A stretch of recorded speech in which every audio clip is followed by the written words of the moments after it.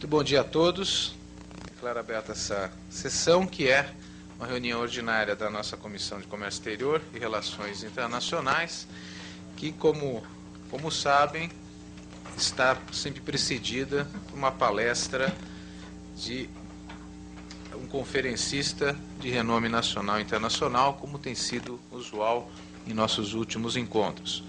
Hoje temos a honra de receber o professor Olavo de Carvalho, que será apresentado pelo membro da nossa comissão, o professor Fernando Lobo Dessa, que vai nos brindar com uma palestra: o Brasil perante os conflitos da nova ordem mundial, oportunidades e desafios. E, professor Olavo, essa palestra também é gravada, depois é cedida para a videoteca da UAB, transmitida também no interior. Enfim, tem uma dimensão muito grande as palavras de Vossa Excelência nesse nosso evento. Passo a palavra, então, doutor Fernando Lobo Dessa. Bom dia a todos. Bom, fazer uma preleção sobre o professor Olavo de Carvalho é quase que uma redundância, porque os senhores devem acompanhar os seus artigos nos jornais. Ele, além de filósofo, escritor, é articulista do Globo, do Jornal da Tarde e da Zero Hora. O professor Olavo de Carvalho se destaca, além de ser um tratadista de Aristóteles, é um dos maiores filósofos da atualidade no Brasil. É um profundo conhecedor dos ensinamentos da filosofia clássica e combate com bastante argúcia e veemência a tendência de socialização do Estado e da supressão das garantias individuais. O professor Olavo defende, com argumentos bastante argutos, o liberalismo econômico e a liberdade de expressão, enfim, os direitos individuais clássicos. De modo que o professor Olavo é uma das maiores cabeças da atualidade na filosofia e no cenário filosófico brasileiro, que, portanto, dispensa maiores apresentações. Eu vou passar a palavra imediatamente a ele para que nós possamos beber das suas luzes. Então, professor Olavo, nós costumamos uma palestra de 30 a 40 minutos seguidos, debates, e encerramos por volta das 10 horas, se estiver bem. Obrigado. Então, bom dia a todos. Agradeço não somente o convite, mas as palavras gentis, não sei se exatas, mas gentis, ditas a meu respeito. Dito isto, entramos no assunto. O tema dessa palestra, ele é temível, sobretudo porque não é possível você expor a sua visão de um conjunto de fatos quando esse próprio conjunto é desconhecido. Entre o Brasil e a situação mundial existe um abismo de informação que já vai para 30 anos. Se nós acompanharmos os livros e os estudos que têm sido publicados, sobretudo nos Estados Unidos e na Inglaterra, a respeito da nova estrutura de poder mundial de 30 anos para cá, nós veremos que praticamente nada disto chegou ao Brasil. Nem mesmo uma obra escrita, por exemplo, pelo um filósofo belga que morou no Brasil durante 20 anos, que é o padre Michel Scoyans. Ele publicou um livro chamado La Face Cachée de l'ONU, a face oculta da ONU. O livro está publicado há mais de 10 anos, e mesmo sendo um homem conhecidíssimo no meio universitário brasileiro, o livro não saiu até hoje. Para aqueles que se interessarem, eu posso depois fornecer por e-mail, eu lhes dou o número do meu o endereço eletrônico, para lhes dar algumas indicações de livros com os quais nós podemos começar a tampar este buraco. Você vê que em todo o âmbito das ciências humanas, o documento escrito, ele corresponde exatamente àquilo que é, nas ciências da natureza, os dados sensíveis, a observação dos dados sensíveis.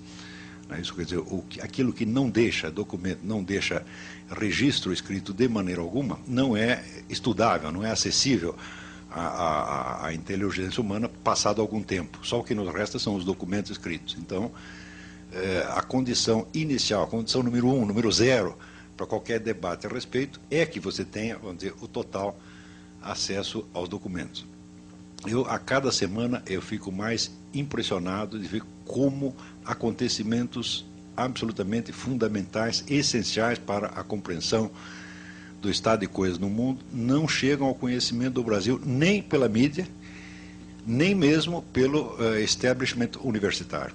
Então, eu não sei realmente a que é devido isso, e também não interessa sondar as causas desta opinião, desta situação. Nós temos que aproveitar o nosso tempinho aqui para tentar preencher alguns pontos disso aí. Mas, se você observar a opinião, vamos dizer, a visão dominante na mídia e nas classes letradas brasileiras hoje, nós estamos acreditando piamente no tal do mundo unipolar.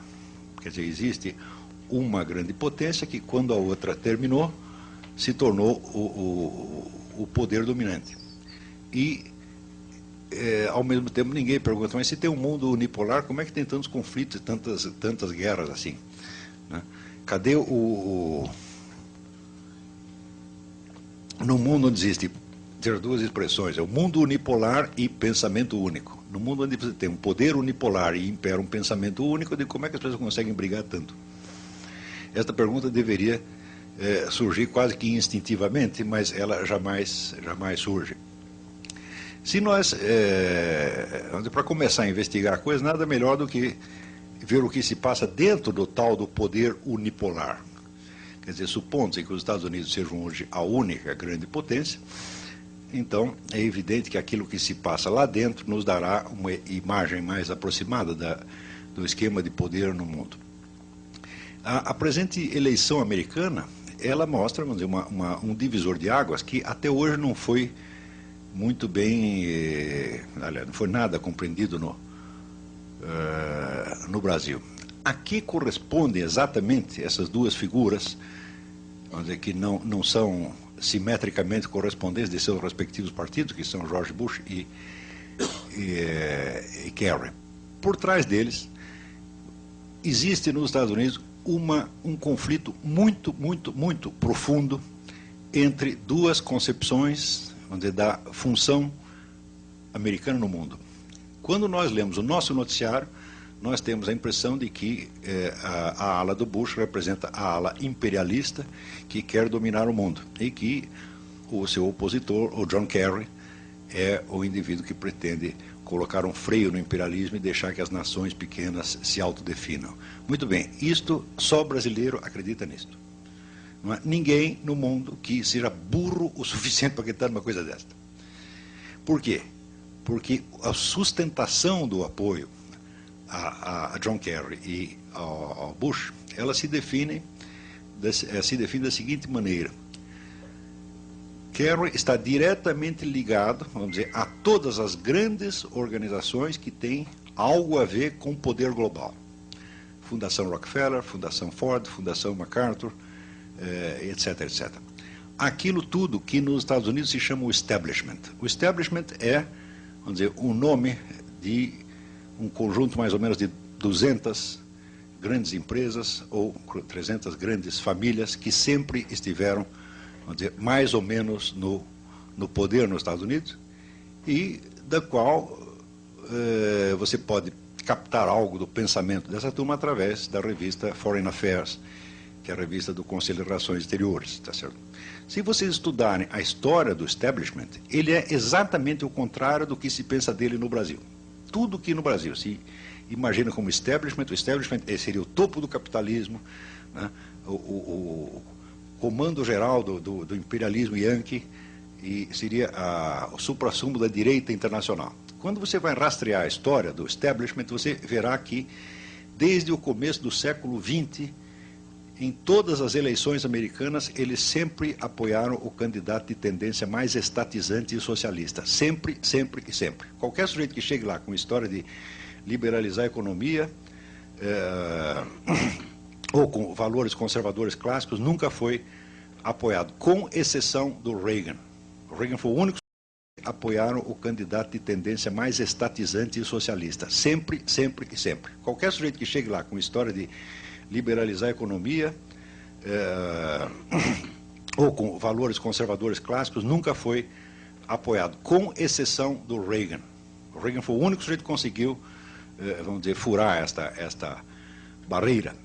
Por que o establishment é sempre vamos dizer, estatizante e mais ou menos socialista. Para entender isso, é preciso investigar um mecanismo que é gerado pelo próprio capitalismo e que funciona assim. O sujeito, dentro da economia de mercado, ele prospera e enriquece de tal maneira, que quando chega a um ponto, vamos dizer, ele percebe que ele não tem mais motivos para continuar submetido às oscilações do mercado.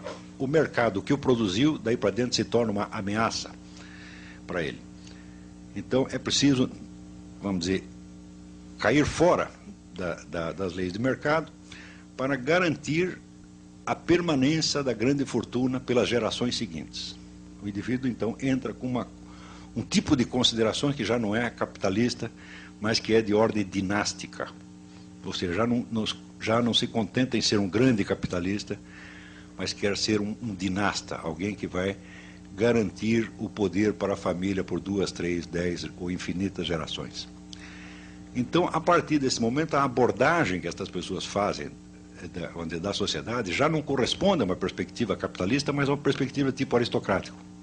É um poder de tipo aristocrático, tá certo? O qual, por definição, independe da economia. O poder aristocrático, se você vê qual é a origem dele na Europa, a aristocracia europeia ela se forma no campo da guerra. São as pessoas que conseguiram organizar, vamos dizer, a resistência às invasões bárbaras e que com isso adquirem, vamos dizer, um poder, uma liderança e são premiadas pela comunidade com terras, dinheiro, etc, etc. Então, esta casta aristocrática ela aparece como um poder de ordem exclusivamente político-militar, nunca econômico. Quando vocês lerem, o poder da aristocracia se basear na propriedade feudal, você pode dizer que está falando com analfabeto. Tá certo? Ao contrário, a economia feudal, ela é produzida, vamos dizer, como um efeito da constituição da casta aristocrática, mas assim leva muito tempo. Quer dizer, para você entender como é que funciona isso, existe uma cena do Salammbô de Flaubert que resume muito bem isso. São dois soldados conversando ali das guerras contra Cartago, e um diz assim: olha, quando esta droga terminar, eu vou para cá, vou comprar uma fazenda, tá certo? E vou plantar e vou enriquecer, né? Eu vou comprar um arado e vou plantar e vou enriquecer. E o outro puxa a espada e diz: eu não preciso de arado nenhum, está aqui o meu arado.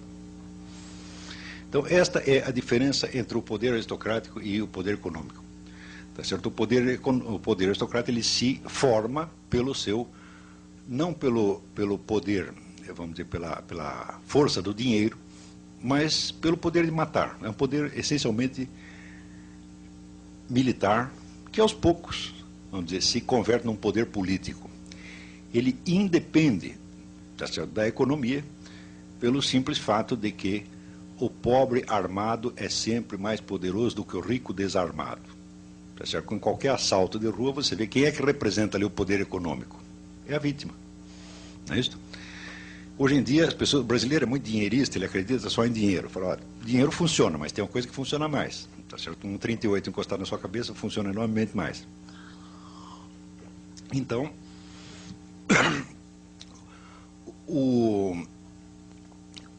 quando algumas, vamos dizer, grandes fortunas se tornam maiores ainda e começam a raciocinar em termos dinásticos, elas têm que vencer o próprio mecanismo da economia de mercado que as constituiu. E só tem um jeito de fazer isso: você tem que dominar o Estado. Tá certo? Então, quer dizer que o poder destas grandes organizações, é econômico até um certo ponto. Depois ele se converte num poder político-militar que já independe do curso das coisas econômicas. Por quê? Porque tem os meios de dirigir, de dominar, de estrangular esse mecanismo do mercado. A essas pessoas eu chamo os metacapitalistas. Metacapitalistas é que eles começaram como capitalistas, mas já transcenderam a condição de capitalistas e se tornaram uma espécie de nova casta aristocrática. Tá certo? A estas pessoas você pode dizer que o capitalismo como tal, o capitalismo liberal, não interessa mais. Então, qual seria a alternativa? O comunismo? Já claro que não. porque há muitas décadas, claro que eles poderiam constituir um Estado comunista, você constitui uma nomenclatura, você domina o Estado e você fica lá eternamente, seria possível fazer isso. Politicamente sim, o que não é economicamente. Porque a economia comunista, a partir do instante em que você estatiza todos os meios de produção, ela se torna completamente inviável. Isso já foi demonstrado em 1922 pelo Ludwig von Mises, quando ele diz o seguinte, ele diz, olha, o que é o comunismo? O comunismo é a economia planificada, tá certo? Para você fazer economia planificada, você precisa fazer um negócio chamado cálculo de preço. Como é que você faz o cálculo de preço? Através do mercado. Se você abole a economia de mercado, não tem preço, portanto não tem cálculo de preço, portanto não tem economia planificada. Então, quem quer que tenha acreditado por 2 minutos em economia comunista, tá certo? Acredita no quadrado redondo. Tá certo? Então, isso aí, vocês não pensem que a elite econômica ou que a elite governante soviética não sabia disso, sempre souberam. Tá certo? Então, economia, quem quer que diga, nós vamos aqui implantar uma economia comunista, você não vai não. O que você vai fazer é o seguinte, você vai chamar de comunismo e você vai criar um capitalismo subterrâneo clandestino que representará, como representou na Rússia, mais de 50% da economia. Tá certo? E em cima você vai maquiar com um planejamento comunista, feito todinho, exatamente como foram feitas as estatísticas soviéticas, na base, vamos dizer, de dados falsificados. As estatísticas soviéticas não é que elas eram falseadas, elas eram totalmente inventadas. Não havia lugar no mundo onde o governo ignorasse tão majestosamente a realidade da economia do que na União Soviética. Tá certo? Quer dizer, aquele que parecia ser a economia mais dirigida do mundo era a economia mais anárquica do mundo. Como é que você vê isso? Vocês já repararam como no dia seguinte da queda do comunismo apareceram milionários russos? Sim, do dia para a noite. Como é que pode ter tanto bilionário se não tinha propriedade privada dos meios de produção? Resposta, tinha, sempre teve. Só oficialmente é que não tinha. A cúpula soviética, então, deixava que esse capitalismo subterrâneo, vamos dizer, se desenvolvesse, porque era isso que sustentava a economia. Então, isso quer dizer que a cúpula do movimento comunista no mundo já sabe disto há 70 anos. E a fórmula mais tarde adotada pela China, que é o regime chinês atual, quer dizer, nós temos uma estrutura de poder comunista em cima de uma economia mais ou menos capitalista, esta é a grande fórmula para a neoaristocracia. Está compreendendo? Nós temos os dois tipos de poder. Nós somos os donos dos grandes grupos econômicos e nós somos os donos do partido. É por isso que você verá esses fenômenos que tantas pessoas não conseguem entender. Por que a Fundação Rockefeller financia o Fórum Social Mundial? Se eles são capitalistas, como é que eles financiam o comunismo? Digo, isso é só para quem não entendeu a sutileza do negócio, que na verdade é bastante simples. Se você, depois de explicado, você entende como é que funciona isto. Eles podem fomentar a política socialista no mundo inteiro porque eles sabem perfeitamente que a tal da economia comunista nunca chegará a ser implantada, ela sempre ficará no meio, o socialismo meia bomba. E no socialismo meia bomba quem ganha? Eles mesmos. Está entendendo? Então, é que só basta você fundar, assim, Partido Nacional Socialista dos Trabalhadores do Rio Grande do Sul. Né? Vai lá, pede dinheiro para a Fundação Rockefeller, eles vão te dar. Agora, se você disser, não, nós queremos aqui uma fundação de ideais conservadores, judaico-cristãos, etc. Ah, não, esse não pode.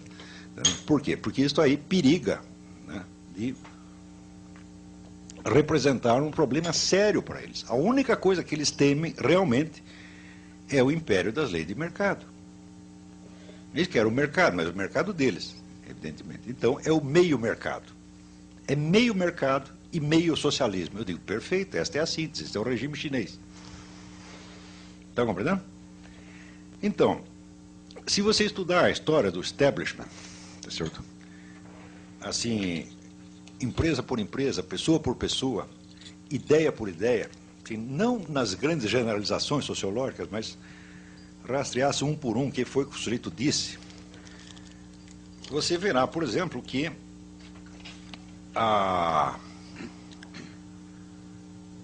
dali saiu, depois da guerra, a famosa política de contenção do comunismo. Já ouviram falar de George F. Kennan? George F. Kennan era um diplomata, filósofo americano, que inventou a estratégia de contenção do comunismo. Eu digo, olha, suponha o seguinte, que você está armado até os dentes,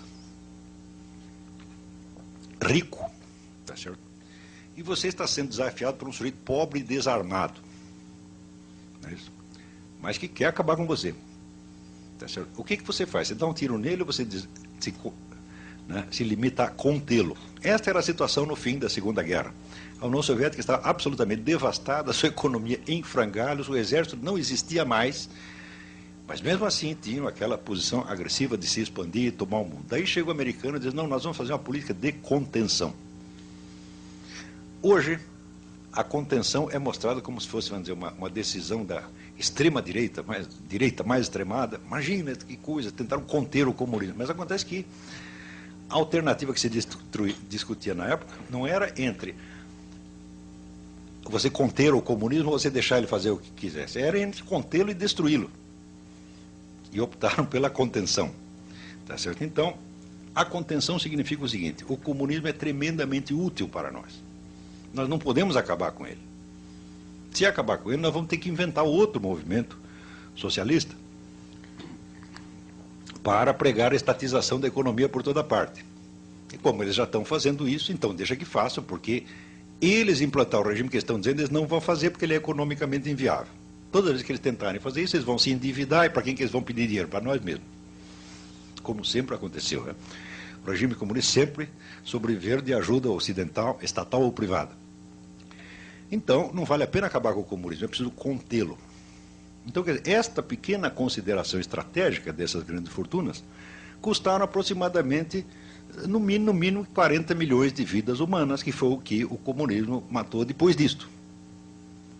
Então, as pessoas que tinham meios de liquidar com aquilo já depois da guerra, não liquidar, não, deixa crescer, é bom para nós. Então, quando as pessoas imaginam que essa grande elite econômica é cínica, eu digo, você não sabe o que é cinismo, põe cinismo nisso, é muito mais do que você está pensando. É? Então,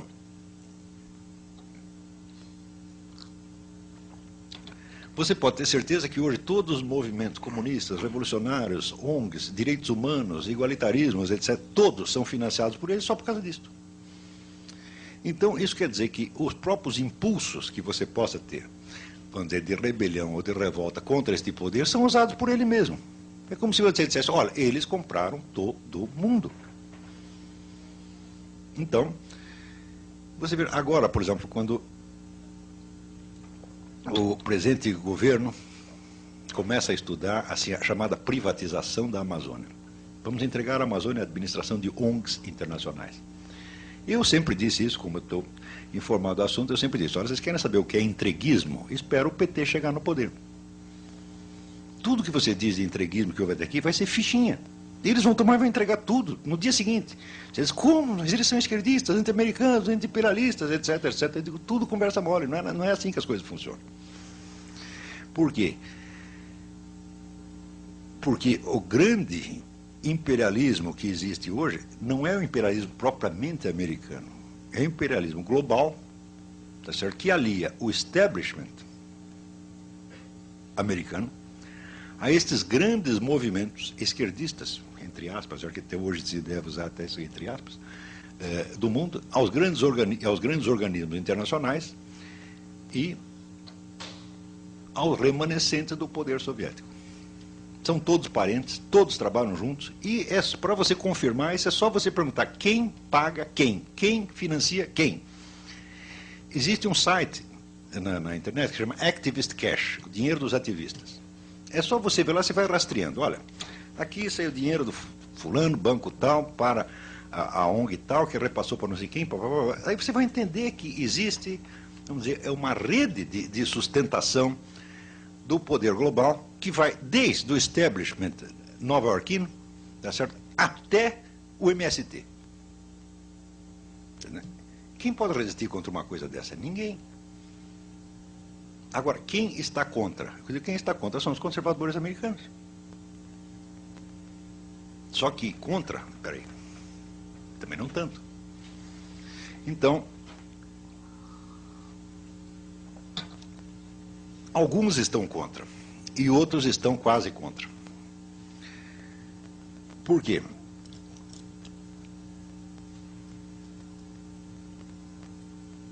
A sociedade americana, o grande segredo do sucesso dela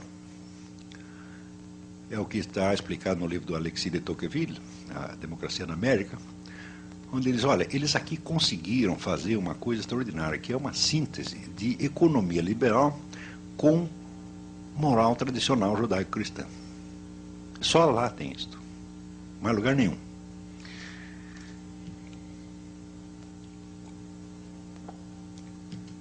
E acontece que este novo esquema de poder internacional, ele não quer nem uma coisa nem outra, não pode ter nem economia liberal, tá certo? Por quê? Porque isso aí corroeria, vamos dizer, tornaria vulnerável de novo o poder do establishment, ele estaria novamente à mercê da economia de mercado, em vez de controlá-la, tá certo?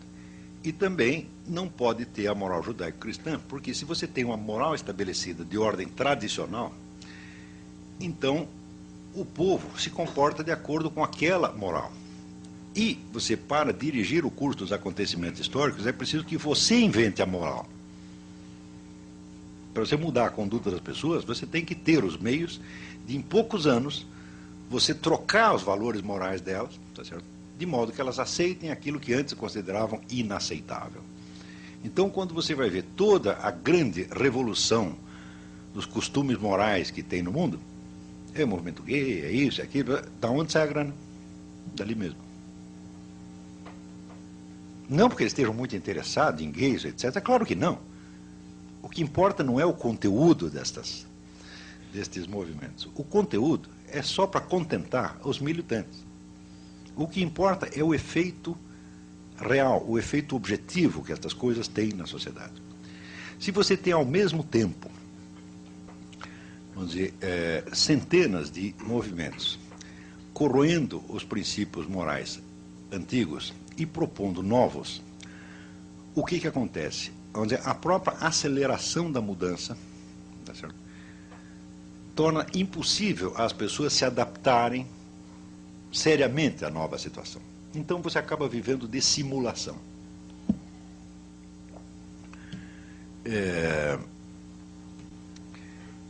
E na hora que você começa a viver de simulação, você perdeu consistência como ser humano. Você não é mais senhor das suas decisões. Você é uma pessoa inteiramente vulnerável à influência de fora. Para você ver a rapidez com que as pessoas mudam de opinião, tá certo? Assim, do dia para a noite, só porque a mídia disse isto, disse aquilo, vocês experimentem ver o que se passa na área médica. Por exemplo, diz, tal coisa faz mal. No dia seguinte, todo mundo fora daquela coisa. Você não sabe se faz mal mesmo. Então, esta área, estas campanhas médicas que alertam contra isso ou aquilo, elas são, por exemplo, uma espécie de laboratório de controle social. Você pode dizer, hoje, o prazo que o establishment necessita para mudar as atitudes da humanidade inteira sobre o que quer que seja é de aproximadamente 3 meses.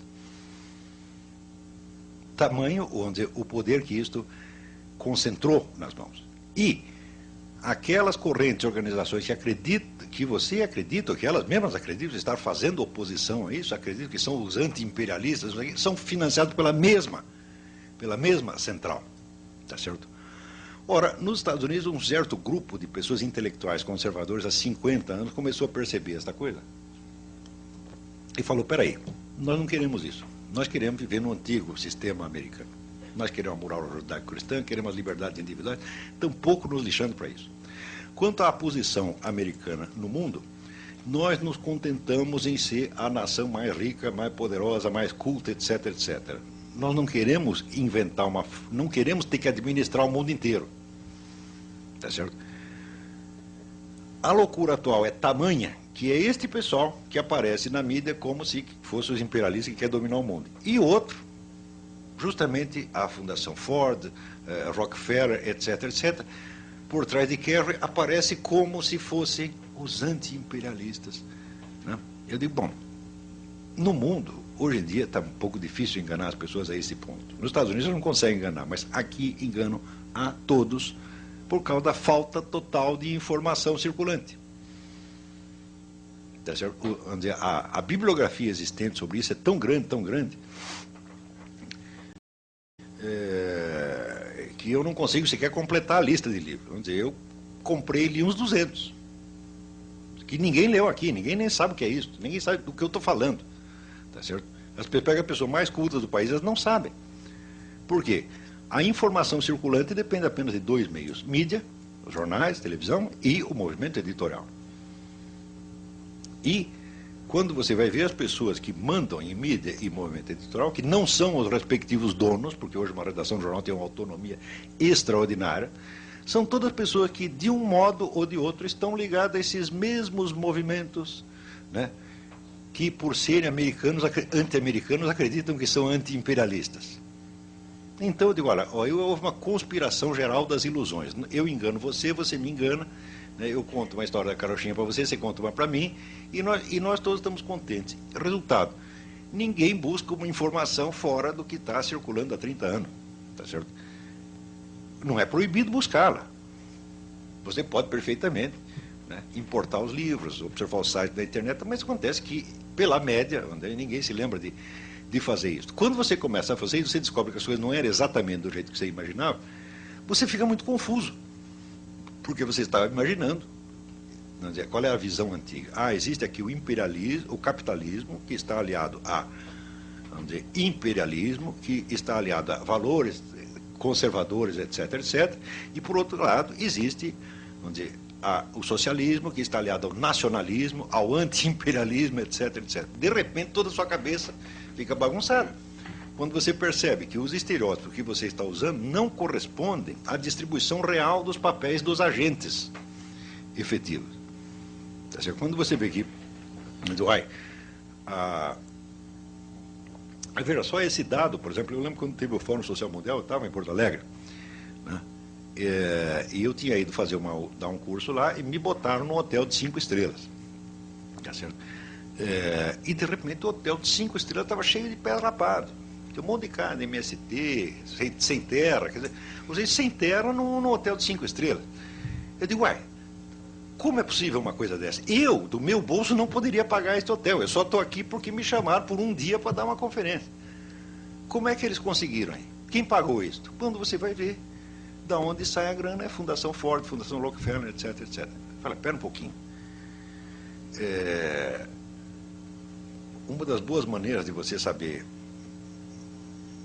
qual é o sentido do que o sujeito está fazendo é saber de onde vem o dinheiro dele. Não é isso? Porque ninguém vai pagar para você fazer o contrário do que ele quer. Isso aí, você pagaria? Não é isso? Então, hoje em dia nós continuamos raciocinando e tentando escrever a situação internacional nos termos dos estereótipos dos anos 50. Tipo assim, o petróleo é nosso, né? A Amazônia é nossa. Eu digo, por exemplo, você quer defender a Amazônia contra quem? Contra o imperialismo yankee. Eu digo, mas você faça a lista das ONGs que estão lá, não tem nenhuma americana, pô. É belga, é alemã, e são todas, vamos dizer, reconhecidas pela ONU. Existe uma ONG que pode pedir registro na ONU, de maneira que ela passe a integrar o esquema da ONU. Tá certo? E todas as ONGs que estão lá são desse tipo. Então, claro que tem algumas que, vamos dizer, tem indivíduos e até grupos americanos que financiam, mas não tem nada a ver com o governo americano. O esquema está na ONU e não no governo americano. O governo americano esqueceu da América Latina há 20 anos. Ele não está fazendo absolutamente nada aqui.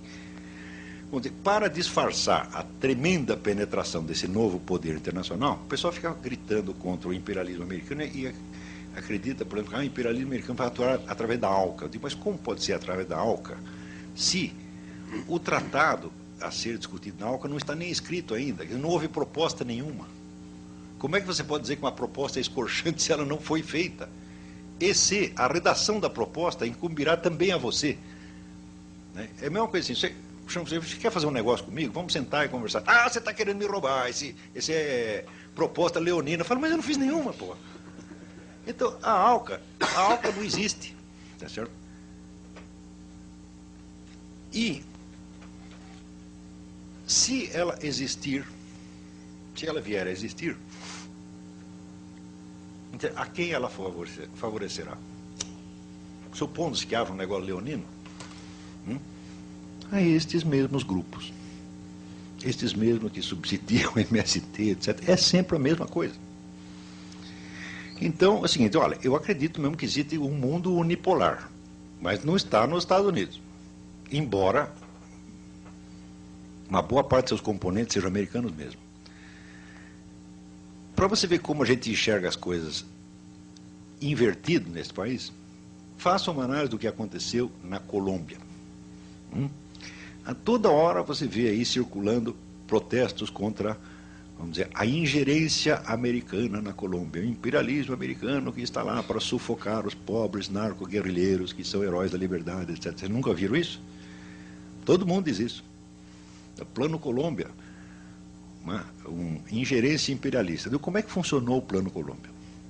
O Plano Colômbia do governo Clinton foi formulado na seguinte base: nós, americanos, nós damos toda a assistência ao governo colombiano para que combata o narcotráfico com uma condição: não toque na guerrilha.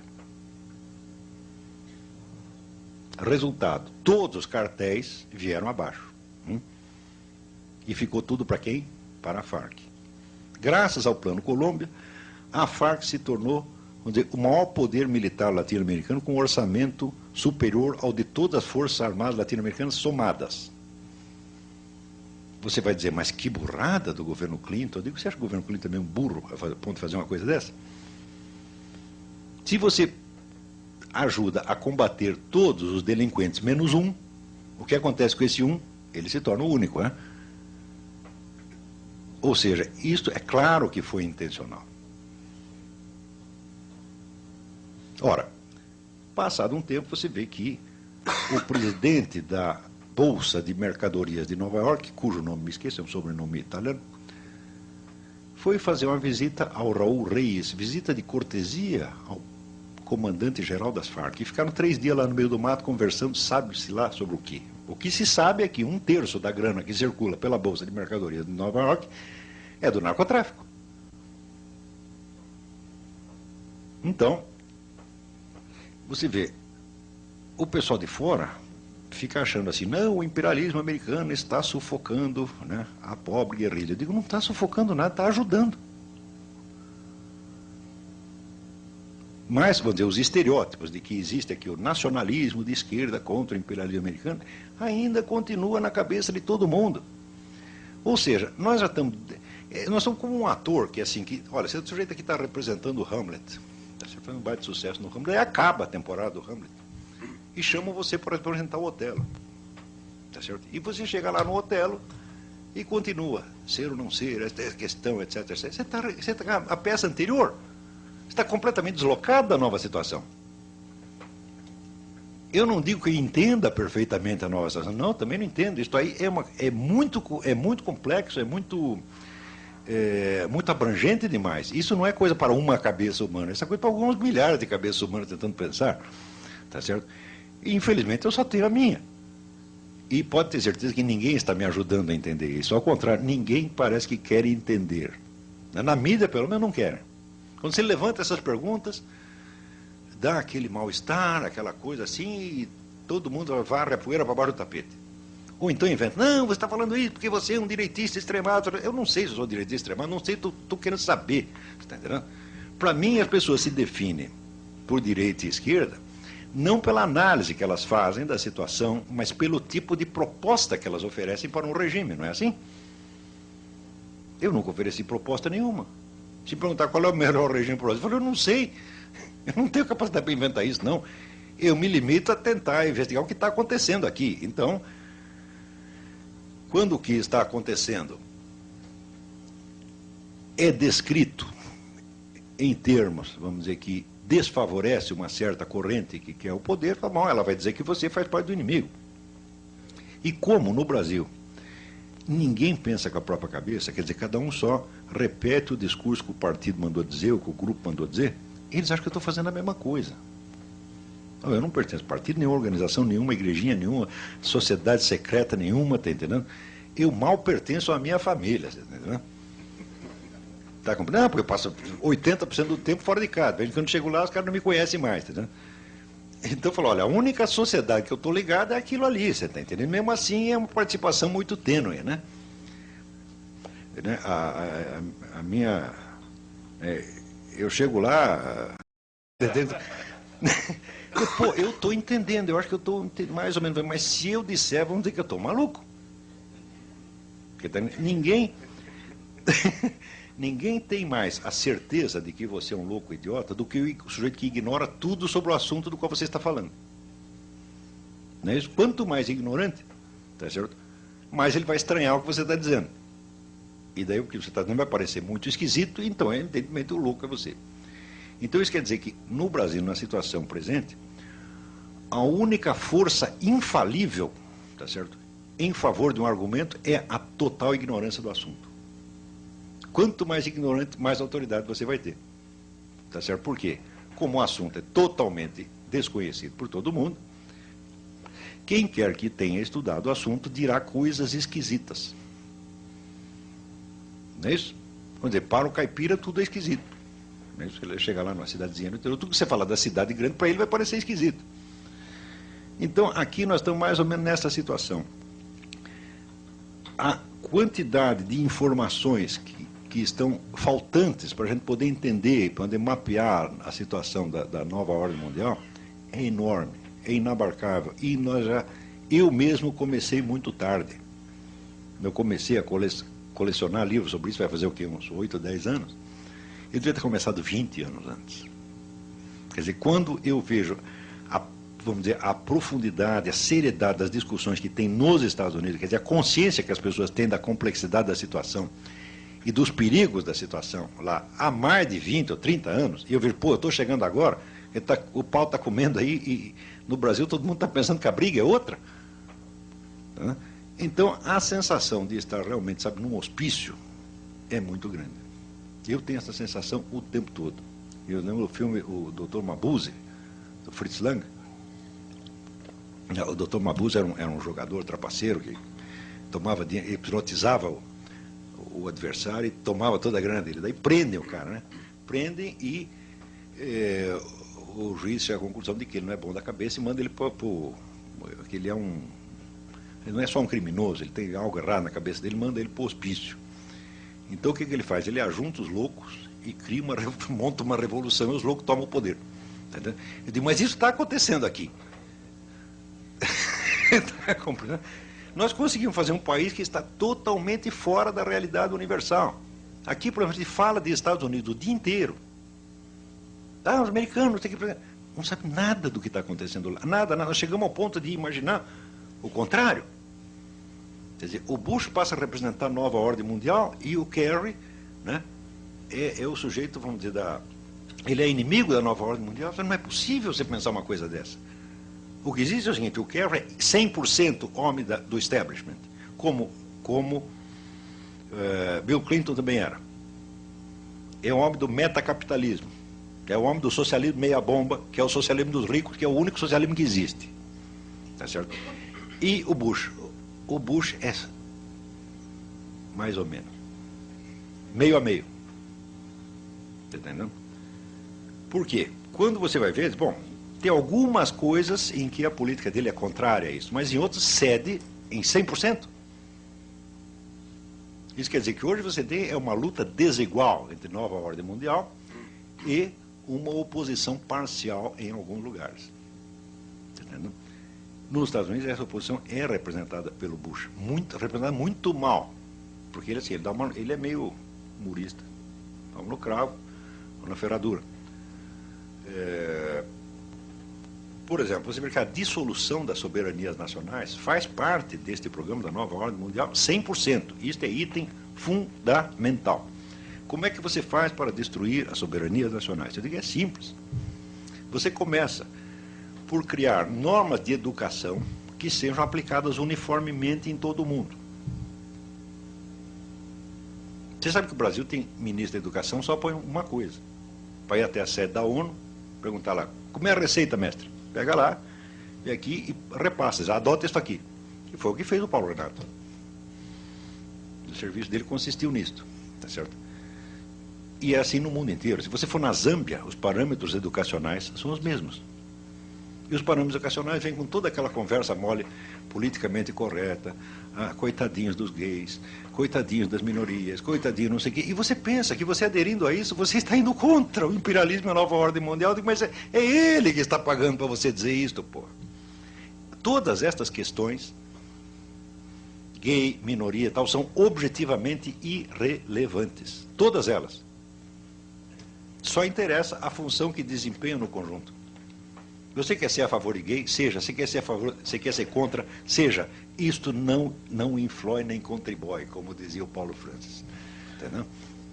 Isso não fede nem cheira. O que importa é que tem que ter, entre aspas, movimentos sociais. Um montão de movimento social. Quanto mais movimento social tem, você cria, assim, por exemplo, conexões, redes internacionais. Você cria aqui, sei lá, a associação dos... em prol das crianças carentes de cor verde com bolinhas. Entendeu? Então, imediatamente aquilo será integrado, quer dizer, na rede internacional criada pela ONU, vai circular verba para este movimento, tá certo? E você criará lealdades internacionais que são muito mais profundas do que qualquer lealdade nacional.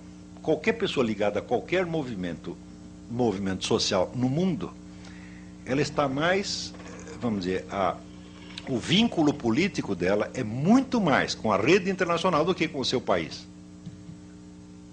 Então, imediatamente, acabam as soberanias. Você não precisa acabar com elas no papel.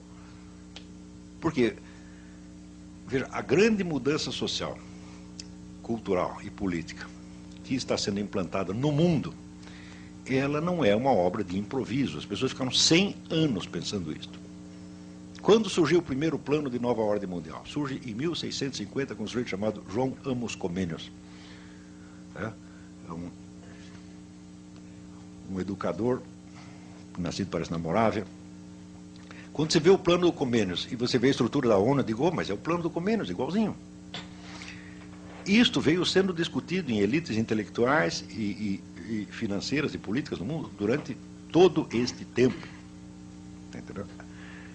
A bibliografia existente em torno é absolutamente inabarcável. Se você disser, olha, eu quero fazer uma história das ideias de nova ordem mundial, você vai dedicar a sua vida e não vai terminar.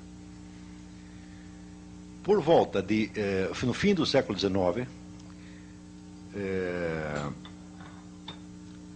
um sujeito chamado Cecil Rhodes, que era um milionário inglês, fundador da Rodésia, ele criou um sistema de bolsas de estudo para criar uma elite intelectual mundial capaz de discutir essas coisas e, eventualmente, chegar a uma nova ordem mundial.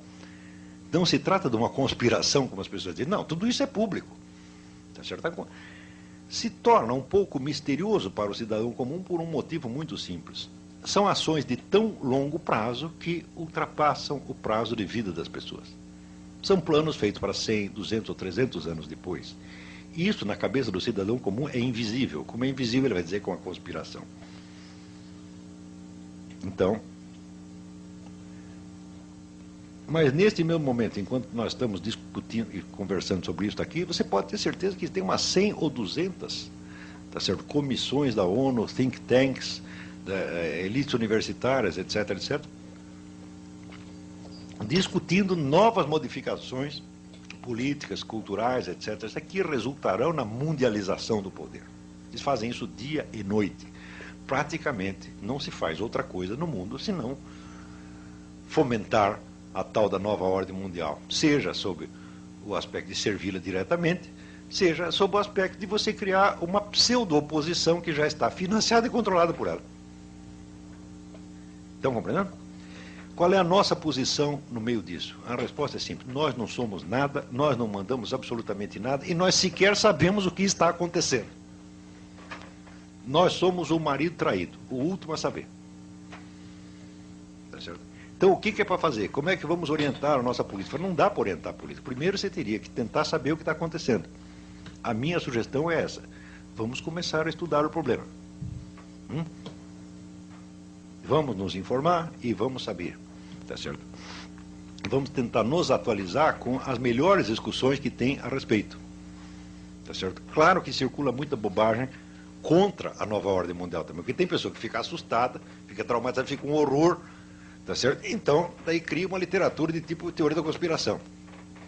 É claro que a palavra conspiração, a própria ideia de conspiração é de uma imbecilidade fantástica. Ninguém faz uma conspiração para vencer depois de morto, faz? A conspiração é um empreendimento político determinado para o sujeito alcançar um resultado concreto. Uma coisa que atravessa 100, 200 anos, fala, não tem conspiração nenhuma. O que você tem, vamos dizer, é uma continuidade de uma ação histórica, tá certo? Que, na quase totalidade dos casos, não tem absolutamente nada de secreto, mas que às vezes ultrapassa um pouco a imaginação das pessoas, do cidadão comum. Mas nós não somos cidadãos comuns. Nós somos gente de estudo, nós somos uma elite universitária, tá certo? Nós somos gente letrada, nós temos outras obrigações. O cidadão comum, o homem que está aí varrendo a rua, ele não tem obrigação nenhuma de entender isso e nem de tentar entender, mas nós temos. Você quer me ver ficar bravo? É chegar um sujeito para você com um diploma universitário, às vezes professor universitário, dá um palpite sobre um assunto que ele não entende absolutamente. E daí você sugere 2 ou 3 livros para eles. Olha, você, para entender esse assunto, você precisa ler esses livros. E daí o sujeito protesta, diz, não, você vem com pedantismo para cima de mim. Diz que se você acha que você se informar sobre o assunto é pedantismo? Agora, me responda o seguinte, se você não tem interesse pelo assunto suficiente para você ler alguns livros, por que eu devo ter interesse ao ponto de ouvir a sua opinião? Por que eu vou me interessar por um assunto que não interessa àquele que está falando dele? Não, é um absurdo total. Não é isso? Ademais, vamos dizer, os livros, em assuntos das ciências humanas, os livros não são, vamos dizer, um pedantismo, uma erudição que você colocou em cima. Eles são o documento. Eles são a matéria-prima da discussão. Documento escrito é tudo, é 100%, é tudo o que nós temos. Como é que um juiz vai julgar um processo? Ele vai se transportar, vamos dizer, telepaticamente e retroagir, tipo Exterminador do Futuro, retroage ao passado para ele lá, né, assistir o crime. Então ele não pode fazer nada disso, ele depende de um negócio que chama os autos. O que é os autos? Papel. Papel escrito. Tudo nas ciências humanas é assim, porra. Então eu digo, olha, o material para nós discutirmos o assunto são tais livros, tais trabalhos publicados Tem 3 coisas, você tem livros, você tem trabalhos publicados em revistas científicas e você tem documentos originais. Você tem que ter tudo isso na mão. A hora que você juntou o conjunto da documentação, bom, então eu dominei as informações básicas, agora vamos começar a pensar em cima. Tá certo? Mas o sujeito já está pensando sem nada disso. Daí você quer dar os documentos, não, não quero. Você já pensou, o juiz que já jogou o processo, daí você chega com os autos, só que excelência. Não, não quero. Isso é pedantismo. Eu juro para você que eu até hoje não participei de uma discussão pública em que não tivesse alguém dizendo isso, ou todos. Já assim, já tem pessoa que chegou a romper relações comigo por causa disso. Diz, olha, meu filho, a bibliografia básica, a informação básica sobre esse assunto que eu estou falando, são tais livros. Eles consistem em matéria-prima. Você lê isso, você se informa, e daí você cria a sua opinião, e daí vamos discutir. Mas por enquanto não, nem começou. Você está entendendo? Daí a pessoa recusa. Não, isso aí é pedantismo, você quer me impor, você quer bancar a autoridade. Eu não estou entendendo o que você está querendo dizer. Para mim, prepotência, autoridade, é o contrário. Você não precisa dos documentos, você já jogou. Né? Eu tenho apenas um cérebro humano, para entender alguma coisa, negócio, eu primeiro preciso me informar, dá um trabalho miserável. Em grande parte dos casos eu não entendo coisa nenhuma do que estou estudando, leva anos para você entender alguma coisa. Mas você não, meu filho, você já sacou tudo, já sabe, tá certo? Já jogou. Se nós continuarmos fazendo isso com relação a essa nova ordem internacional, o Brasil não chegará a 2010 como país soberano. Não chega mesmo. Para desfazer esta coisa aqui, é muito mais fácil do que vocês imaginam. Porque se entregar mesmo a administração da Amazônia para essas ONGs, quem vai protestar? Ninguém pode protestar.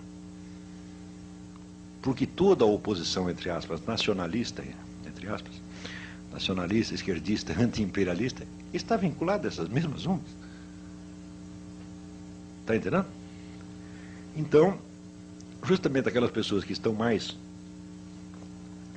estão sempre preocupadas em defender a soberania nacional, essas mesmo vão ficar quietas.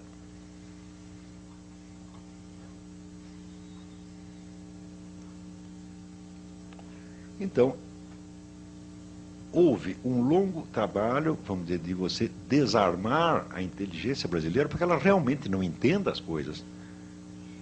E na hora que a situação está bem confusa, aí você dá o passo, e diz aqui, entregamos a administração para as ONGs. Não vai haver condição de você articular uma oposição a isso, porque as pessoas não estão nem entendendo. Como é que nós vamos fazer oposição se eles estão entregando para os índios, e se a gente estava lutando em favor dos índios? Então, o que é comprometer a pessoa? Está todo mundo com o rabo preso numa coisa ou na outra.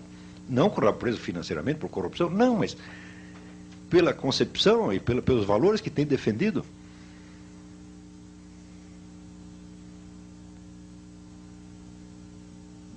Está entendendo? Então, você, numa situação onde você tem, vamos dizer, uma neo-aristocracia mundial, que sob muitos aspectos, vamos dizer, é profundamente anti-americana, tá certo? Porque ela está pouco ligando para os Estados Unidos, o negócio é ela mesmo, tá? Se for preciso destruir os Estados Unidos para isso, ela o fará, tá certo? Assim como destruirá qualquer outro país, e onde você tem uma atuação multilateral, onde às vezes movimentos políticos opostos são controlados pelas mesmas fontes. Dentro de uma situação enormemente complexa dessa, nós ainda estamos tentando jogar tudo com os estereótipos dos anos 40, o petróleo é nosso, essas coisas todas. Ou seja, nós temos um nacionalismo bom para os anos 40. Nós estamos prontos para resolver os problemas da década de 40. Olavo, oi. Nós temos ainda 5 minutos para você concluir, que temos perguntas. Então faça as perguntas. Tá? Estou às ordens.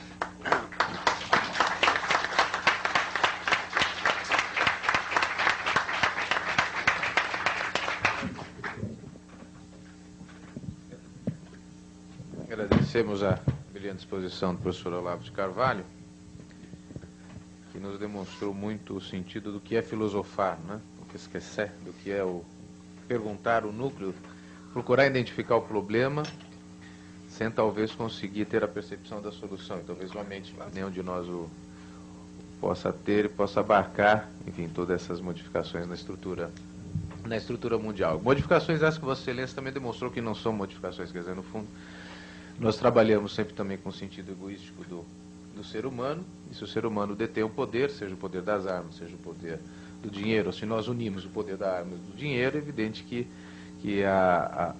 vamos dizer, o espectro de influência social no mundo é tremendo. Também é fato que a erosão dos valores morais e sociais da sociedade também culminam por ser um instrumento de manipulação. A ignorância, obviamente, interessa na manutenção do status quo, na manutenção do poder. Eu me recordo de detalhes curiosos, né? Quer dizer, a gente podia pegar um monte de exemplos disso. Eu me recordo quando eu tinha meus 16 anos, mais ou menos, se tentou introduzir o preservativo, a camisinha, como um meio de método anticoncepcional. E era interessante que a camisinha era ligada a algo efetivamente, vamos dizer, de baixo nível. Quer dizer, não havia qualquer assimilação na sociedade, a possibilidade de se conversar sobre camisinha em qualquer foro familiar. É uma coisa absolutamente impossível. E uma grande indústria farmacêutica fez um reclame, uma propaganda, que eles mostravam uma moça, uma metáfora, mostrando uma moça vestindo uma meia, dizendo que a preservativa era algo muito bonito, e nunca pegou. Aquilo era algo que nem era objeto de debate, porque era uma coisa grosseira, era ligada com prostituição, com bordéis, enfim. Não era assimilável em qualquer debate social.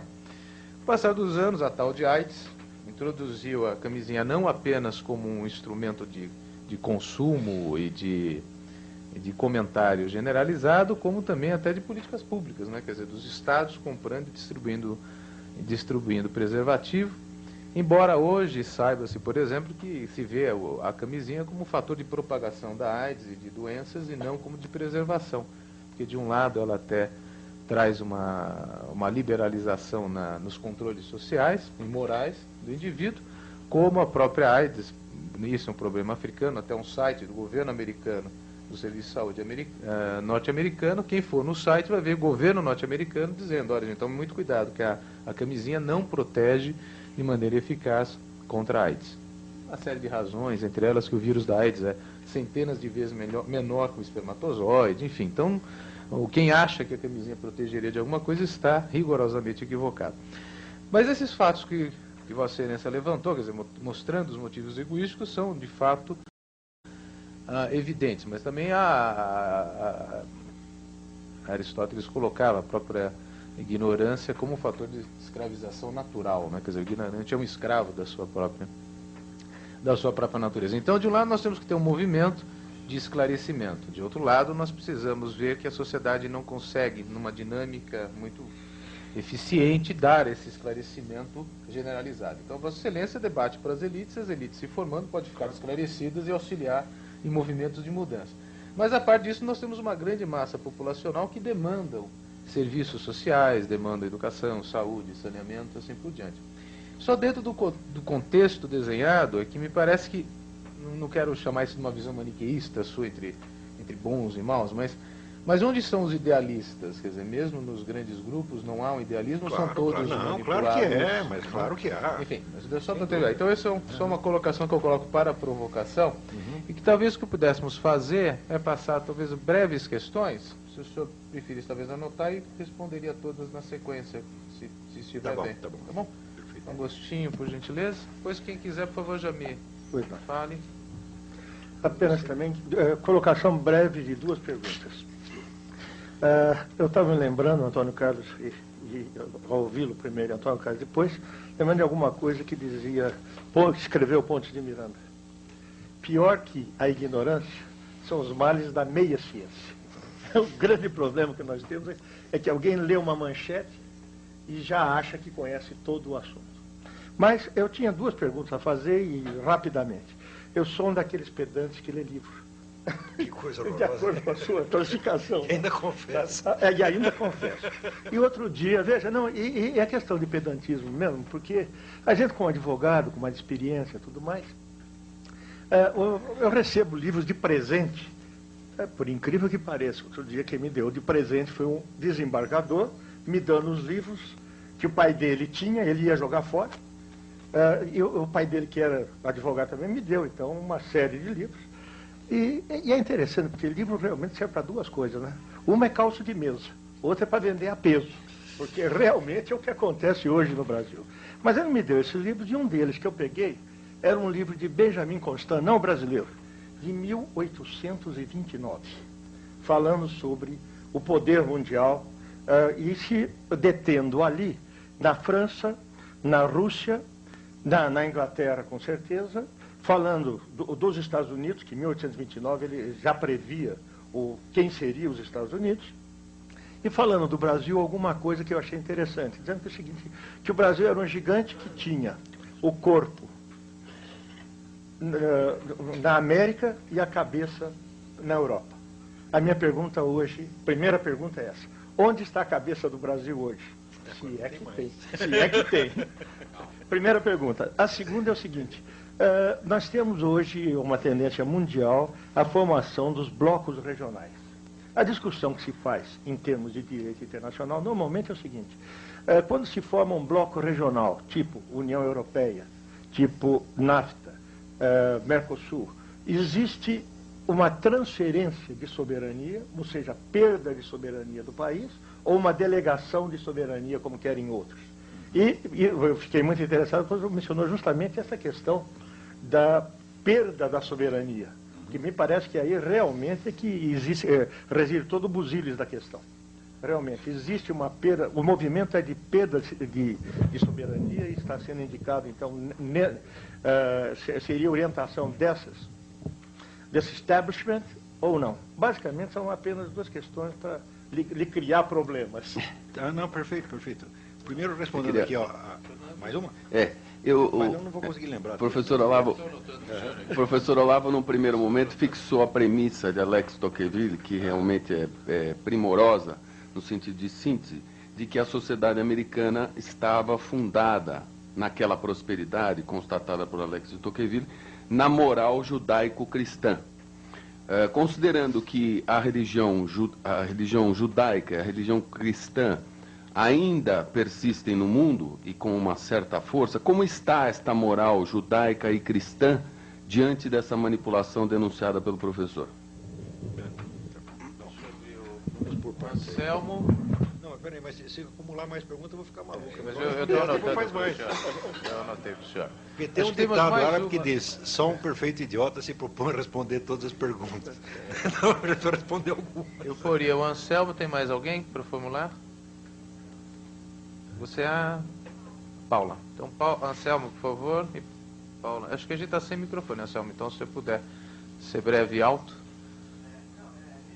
Ambos são estudantes de Direito.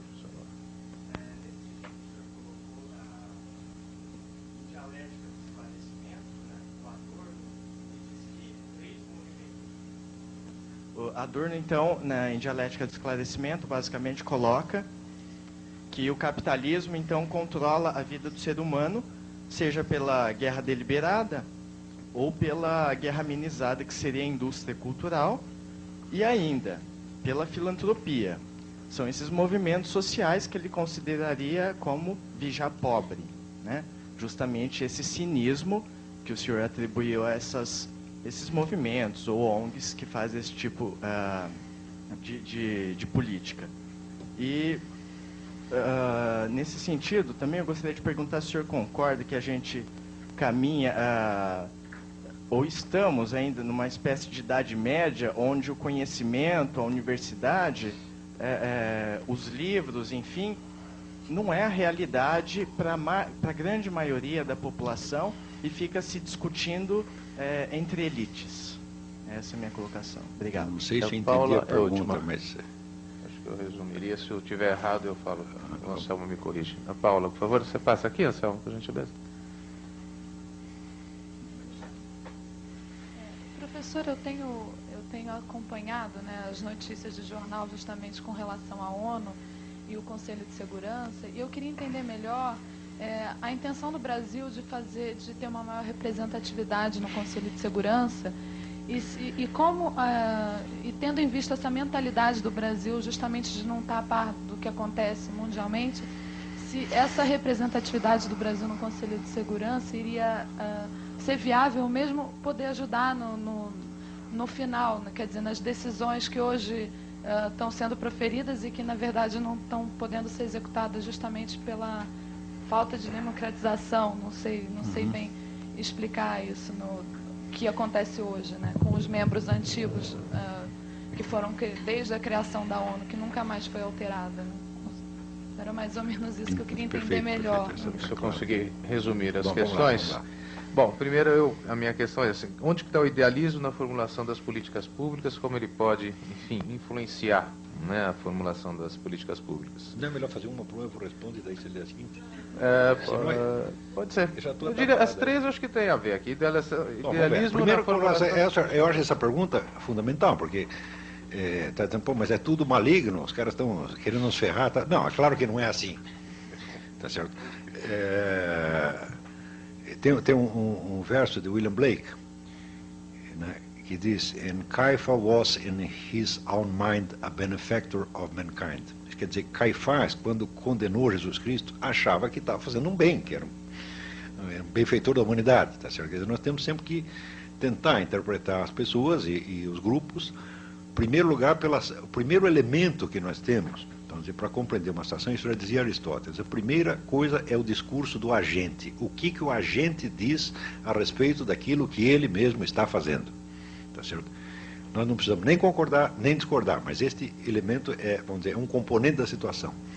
Quando nós vemos o discurso dos agentes da nova ordem mundial, dos inumeráveis agentes que tem, você vê que existe ali uma grande quantidade, tá certo, de utopismo humanitário. Os caras acham que estão fazendo um grande negócio mesmo. Cecil Rhodes acreditava que, vamos dizer, o futuro da humanidade dependia daquilo que ele estava fazendo, tá certo? Então, eles podem estar totalmente enganados, mas nós não podemos dizer, não, esse pessoal só está agindo por interesses malignos, tá certo? Não, a coisa realmente não é assim, A coisa pode ser objetivamente maligna, embora não sendo subjetivamente. O sujeito pode estar assentado numa visão falseada da realidade e pode, sobretudo, ele estar agindo, vamos dizer, num âmbito, numa dimensão, num horizonte que é muito maior do que ele mesmo compreende. Então, como disse, o sapateiro subiu além das chinelas. Tá certo? E é justamente por esta pretensão, vamos dizer, abusiva, que se torna maligno. Quando você vê, se você estudar a história de Adolf Hitler, você verá em Hitler uma coisa muito peculiar. Ele não era um sujeito inculto. Ele sabia páginas e páginas de Nietzsche e Schopenhauer de cor. Sabia, vamos dizer, as óperas de Wagner de cor e tal, mas tinha uma coisa característica: ele só tinha cultura alemã. Ele nunca na vida tinha lido um único livro estrangeiro. Não é uma coisa estranha? Aqui existe um personagem caricato, que é assim que é o Policarpo Quaresma. Tudo que é estrangeiro, o Policarpo Quaresma não lia. E existe um sujeito que fez a caricatura de si mesmo, um escritor francês chamado Paul Léotot, tá certo? Que era um nacionalista francês, e perguntaram para ele se ele tinha lido a Bíblia. Ele disse: eu não leio livros que não foram escritos em francês. Então, como é que um tipo assim, vamos dizer, profunda, totalmente provinciano na sua cultura, ao mesmo tempo ele tem planos de escala mundial? Não é esquisito? Pelo menos o Policarpo Quaresma queria reformar só o Brasil. Mas Hitler, só sabendo da Alemanha, queria reformar o mundo. Não é normal isto. É totalmente esquisito, desproporcional. Este problema, vamos dizer, do incapaz, que tem um poder infinitamente superior ao seu horizonte de consciência, é um fenômeno da modernidade. Porque os meios de poder aumentaram muito. E eles podem concentrar facilmente na mão de incapazes. Então, admitamos a hipótese: na cabeça dele, Hitler era um benfeitor da humanidade. Só que é o seguinte: ele não sabe o que é humanidade, ele não sabe o que é o bem, tá entendendo? Ele está no mundo da lua e querendo nos impor aquela, vamos dizer, aquela visãozinha desse tamanho que ele tem. Ele quer nos vestir aquela camisa de força. Você está entendendo? Então, vamos dizer, não podemos julgar as pessoas nem pelo seu idealismo e nem pela sua má intenção. O problema não é este. Você não precisa de má intenção para você fazer um estrago extraordinário. Basta você estar lidando com coisas que estão acima da sua capacidade. Porque aí, isso já implica a prepotência. Quer dizer, é o ignorante que não compreende as coisas e quer lhe impor a sua visão. Eu acho que existem mais pessoas, o mal no mundo vem mais disto aqui, vamos dizer, do que da malícia consciente. Eu tenho três que eu acho que a gente pode consolidar, que é a do Dr. Agostinho Papaula, que é onde está a cabeça do Brasil, se há uma perda de soberania, uma delegação de soberania, e esse papel do protagonismo do Brasil nos foros internacionais, principalmente no Conselho de Segurança, se tem benefícios ou não para o país e para a humanidade, vamos dizer assim. Você veja, se você pensar a cabeça do Brasil, e você estudar a história da inteligência brasileira, a inteligência, vamos dizer, a classe letrada atuante, aquilo que o Pierre Bourdieu chama as classes falantes, quer dizer, as pessoas que atuam através do conhecimento. Se você pegar a elite letrada do tempo do Império, tá certo? Ela era de nível internacional. Qualquer um daqueles, um Oliveira Lima, um Joaquim Nabuco, tá certo? Era idêntico a qualquer outro, qualquer concorrente americano, europeu. Isso foi caindo, até um ponto do inimaginável. Né? Quer dizer, a degradação intelectual do Brasil, ela não pode mais ser, não há mais meios de descrevê-la. Eu outro dia até estava lendo as apostilas daquele pedagogo romeno, Reuven Feuerstein, que é especialista em recuperar a inteligência de meninos retardados mentais. E ele tem sucesso. Ele pega um sujeito retardadinho mental, daqui a pouco o rapaz está estudando cálculo integral. Realmente ele tem uma técnica fantástica para isso. E ele faz uma lista de 28 deficiências básicas da inteligência humana. Né? E eu fui pegando uma por uma e analisando discursos públicos, tá certo? De intelectuais à luz daquilo. Não estou brincando. Parece cômico, mas não é. Eu estou falando a sério. Ele diz, por exemplo, a incapacidade de você apreender constantes por trás de um fluxo de acontecimentos. Isto no Brasil é quase obrigatório.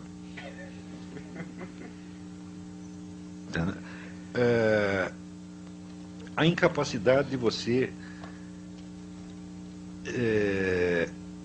produzir mais de uma hipótese. Você não tem mais de uma hipótese. De cara já aposta numa hipótese, todas as outras não chegou a pensar naquilo. E assim por diante. Então, as 28, eu falei, mas peraí, mas as 28 no Brasil não são deficiências, elas são simplesmente a regra do jogo, é esta. É isso que fazem nossos professores universitários. Eles estão repassando essa deficiência de geração em geração. Isso se tornou inteiramente normal.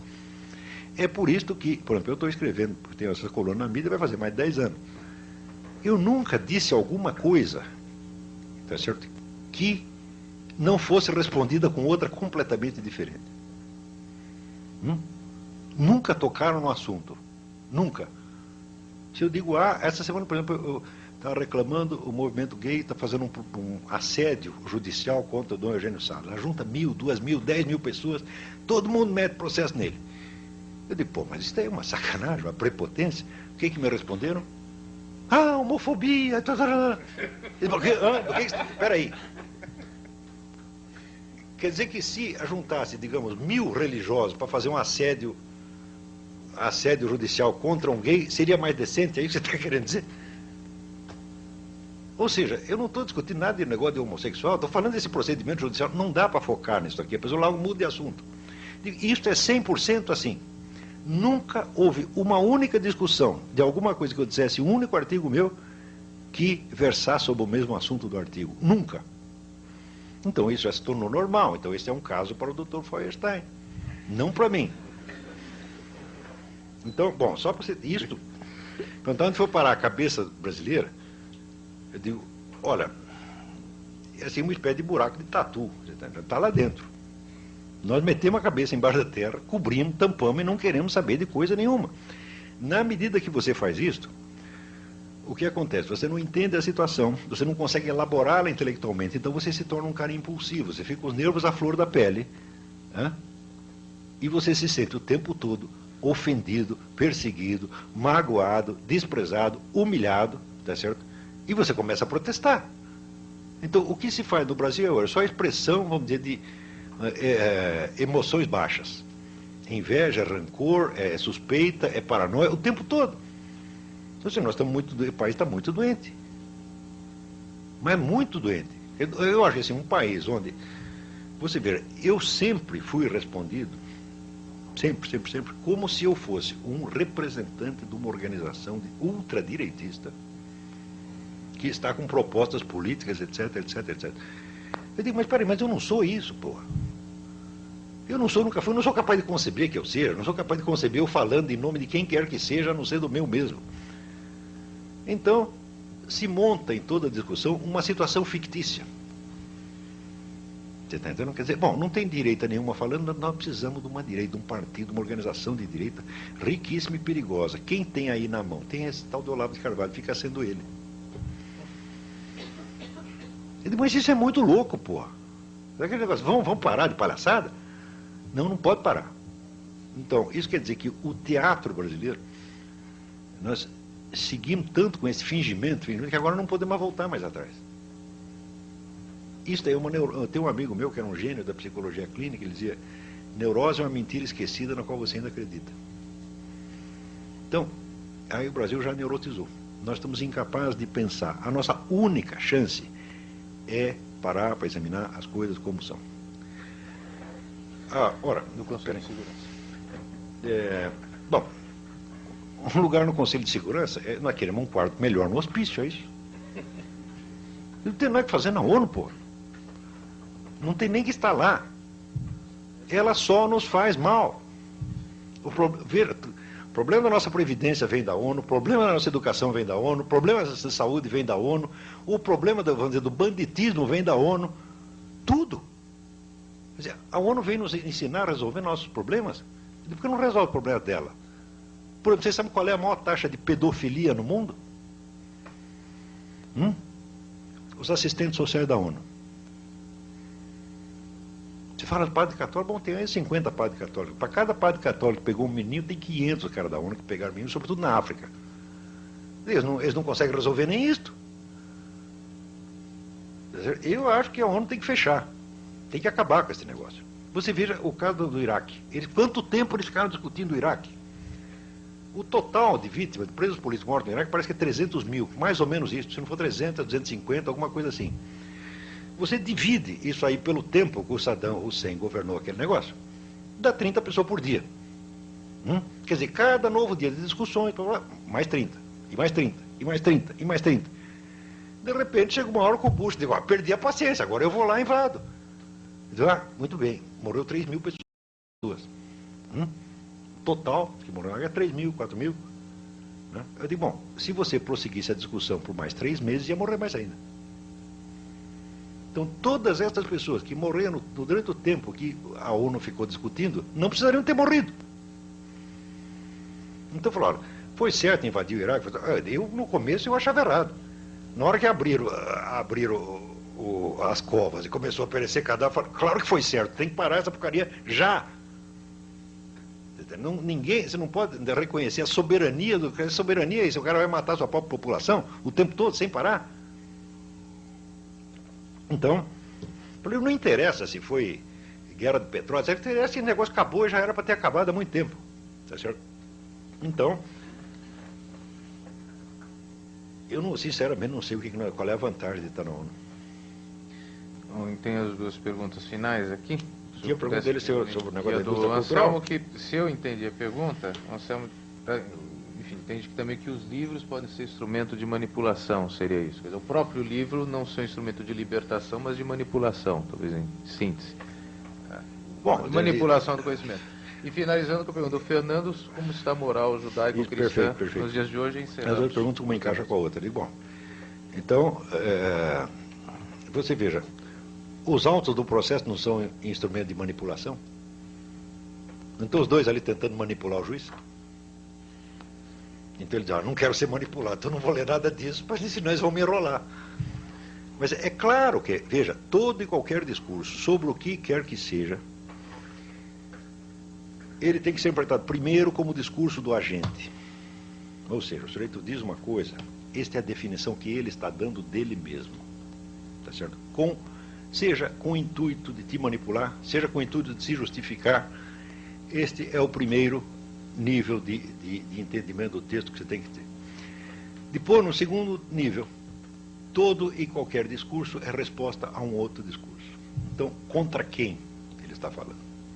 Então, daí você começa a articular a autodefinição que o sujeito se dá e articula numa outra.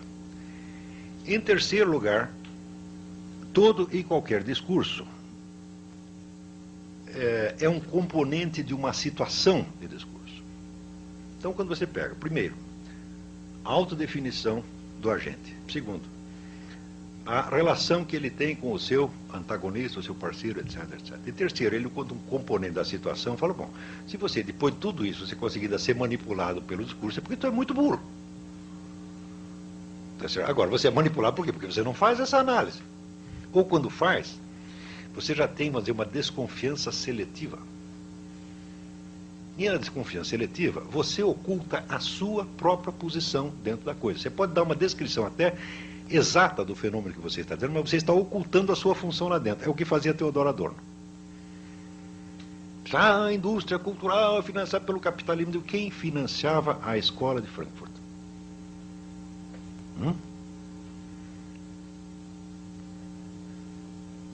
Estas mesmíssimas forças que eu estou me referindo. Então, se o teu dinheiro vem de lá, tá certo? É porque, não porque você esteja servindo necessariamente a interesses escusos, não é disso que eu estou falando. Mas você tem uma articulação no conjunto. Se você pega a indústria cultural, o Brasil está cheio de livros sobre a indústria cultural. Todas analisam a indústria cultural como um instrumento de dominação capitalista. Sim? Não é assim? 100%? Deu muito bem.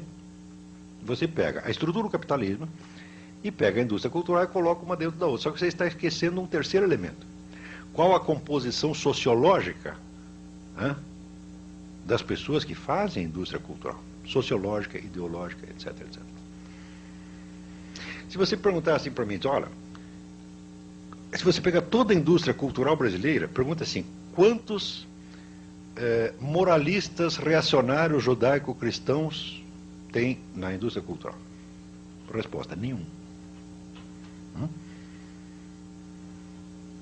Só tem progressista, feminista, socialista, etc, etc. Eu digo, bom, a composição sociológica e ideológica é esta. Isto não é um elemento importante da situação? Estão compreendendo?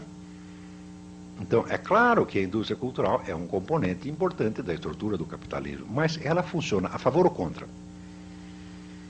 Ela foi feita para manter o status quo ou foi feita para mudá-lo? E para mudá-lo, vamos dizer, transferir o poder da mão dos capitalistas para a mão de quem? Eu digo, é sempre assim, dos capitalistas para os metacapitalistas. Sempre. Através de quem? Dos bons serviços prestados pela intelectualidade esquerdista, incluindo Theodor Adorno. Então, quando um sujeito ele entende, ele consegue descrever fenômenos da realidade, mas ele não sabe qual é o papel que ele está tendo ali, ele está como que em estado de transe, em estado de hipnose. Ele é um sujeito que está representando uma peça, mas ele esqueceu que é peça. Ele acha que é realidade. É isto que eu chamo, é um estudo que eu fiz, chama paralaxe cognitiva. Paralaxe cognitiva é quando o eixo da descrição que o sujeito dá da realidade não coincide com o eixo da sua situação existencial. Então é como se ele estivesse aqui, mas ele está descrevendo esta sala como se ele estivesse lá na outra rua. E uma coisa não combina com a outra. Toda a escola de Frankfurt padece de paralaxe gravíssima, gravíssima. Nenhum deles nunca sabia onde estava. Eram pessoas inteligentes, brilhantes, só que estavam todos na mão da lua. Como o corpo está aqui, mas a cabeça está lá. E o Brasil inteiro também padece de paralaxe. E voltando a esta pergunta. Nós sempre estamos analisando as coisas, não desde a nossa experiência real. É difícil, você analisar desde a experiência é difícil. Por quê? Porque a experiência não vem com nome, não vem com palavras, tá certo? Ela sempre vem confusa. E você fazer todo o trabalho de abstração que vai da sua experiência singular, conseguir expressá-la em termos gerais, é dificílimo. Então o que você faz? Você pega os termos que já estão prontos. Quando uma vez eu trabalhava numa revista feminina, chamada Nova, não sei se ela existe ainda, e tinha ali várias sessões de cartas. As mulheres escreviam, e uma escrevia para conselheiro pedagógico, outra para conselheiro jurídico, outra para conselheiro médico. E um dia chegou a carta de uma senhora de Pernambuco, dirigida ao conselheiro médico da revista. E ela dizia assim: doutor, eu estou com um grave problema de ejaculação precoce. É claro que ela não tinha este problema, ela tinha algum. Não sabendo expressá-lo, ela expressou, né, pegou uma expressão padronizada e disse, deve ser isso. As nossas análises são todas assim. É mulher se queixando de ejaculação precoce, homem se queixando de problemas menstruais. Eu digo, bom, algum sofrimento você tem, mas não deve ser esse. Está entendendo? Então, nós precisamos começar a tentar dizer a nossa experiência, por mais difícil que ela seja. Ela não tem nome. Agora, não vai pegar assim, esses vamos dizer, conceitos prontos e tentar se virar com eles. Isso nunca dá certo. É melhor você chegar e dizer, olha, eu tenho um problema qualquer que eu não sei o que é, do que você se queixar de um problema que você não tem nem pode ter. Agora, vamos à última pergunta, né? Que é a moral cristã, judaico-cristã nos dias de hoje. Doutor Fernando Lobo dessa. Bom, quando o Tocqueville disse que o segredo do sucesso americano era exatamente a articulação que eles tinham feito entre a economia liberal e a moral judaico-cristã, ele disse uma coisa de uma importância extraordinária. Você não pode esquecer que a moral judaico-cristã, ela surge, vamos dizer, em sociedades muito mais simples do que a nossa. Tá certo? Você tem uma homogeneidade cultural muito maior, tá certo? E não se esqueça que quando Moisés desceu do Alto Sinai com os 10 mandamentos, quantas pessoas tinham lá embaixo esperando ele? 40 mil. 40 mil é uma pequeniníssima cidade do interior. Não é isso? Bom, e se Moisés, você vai levar os 10 mandamentos aqui para, sei lá, para a China, 2 bilhões de pessoas. Moisés voltava correndo para o Alto Sinai e falou, não vou descer lá não, pô. Eu não sou trouxa de querer mandar em toda essa gente ao mesmo tempo. Numa sociedade complexa dessa, que tem até o fenômeno que o cara chama de multiculturalismo, a homogeneidade moral é uma utopia completa. Então, o que é preciso fazer? É preciso fazer um arranjo sábio. O único país que tinha o segredo desse arranjo sábio era os americanos. Tinha, não tem mais. Se você... Eles, bom, nós vamos abolir a moral judaico-cristã e agora nós estamos, vamos dizer, ou vamos inventar outra, ou ficar sem nenhuma, vamos nos guiar pelas leis de mercado, vamos nos guiar pelos ideais socialistas, etc, etc. Então você está muito louco. Essas coisas não se falem assim. Primeiro, a pessoa não tem ideia do que seja uma religião. Acreditam que a religião é um negócio de fé. A religião é uma doutrina na qual você acredita sem ter razões para acreditar. Todo mundo acha que a religião é isso. Até quem acredita em religião acredita. Eu digo, nenhuma religião é isso. Entre o surgimento do cristianismo e a formulação da doutrina cristã passaram-se alguns séculos. O cristianismo não aparece uma forma de doutrina, aparece uma forma de uma série de acontecimentos com um impacto formidável, entendeu? Que só muito gradativamente, as pessoas dão uma expressão doutrinal.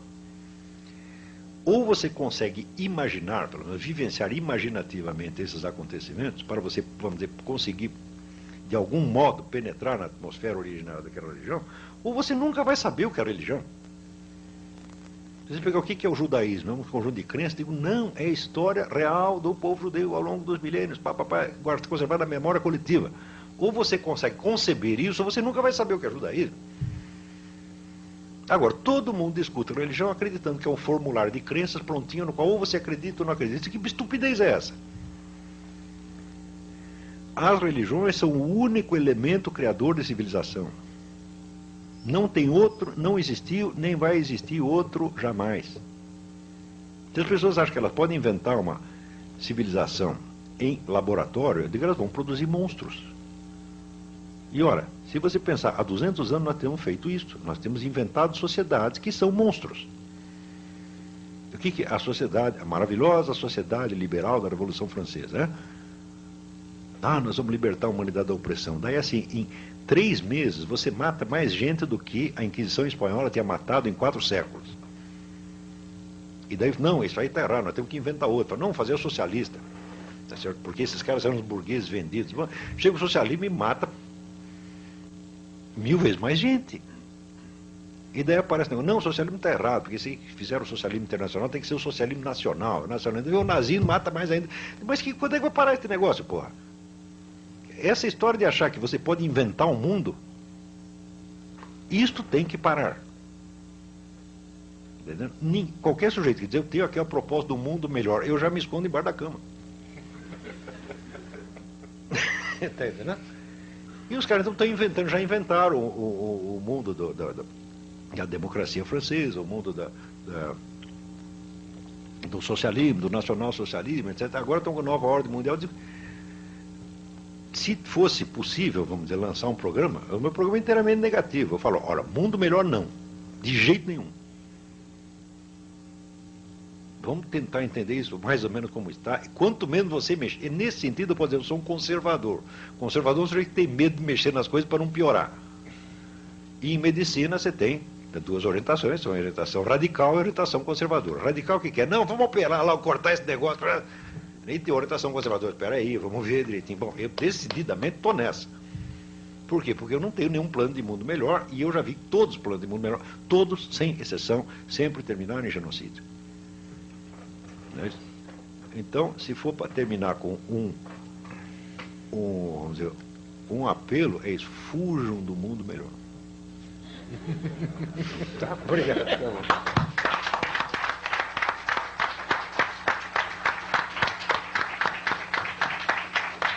Temos a agradecer a aula do professor Olavo de Carvalho. Certamente todos sairemos com muito mais indagações do que respostas, que parece ter sido a provocação de Vossa Excelência.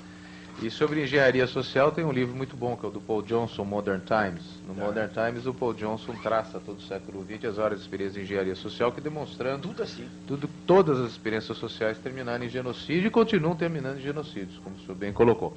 Eu passaria a Vossa Excelência pelas mãos do nosso membro, a quem agradeço, que fez essa ponte, convidando Vossa Excelência para a participação, uma placa comemorativa desta data, que diz: a Ordem dos Advogados do Brasil, pela Comissão de Comércio Exterior e Relações Internacionais, tem a honra de homenagear com a presente placa o ilustre conferencista, professor Olavo de Carvalho, pela brilhante conferência proferida nesta data, sobre o tema Brasil perante os conflitos da nova ordem mundial, oportunidades e desafios, São Paulo, 6 de agosto de 2004.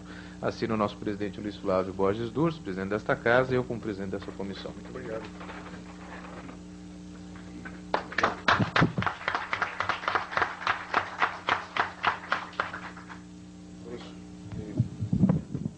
Professor Olavo, essa casa fica aberta a Vossa Excelência. Nós vamos ter a continuidade agora da nossa reunião. Pediria que o nosso vice-presidente, o doutor Fernando, acompanhasse o nosso conferencista. Muito obrigado.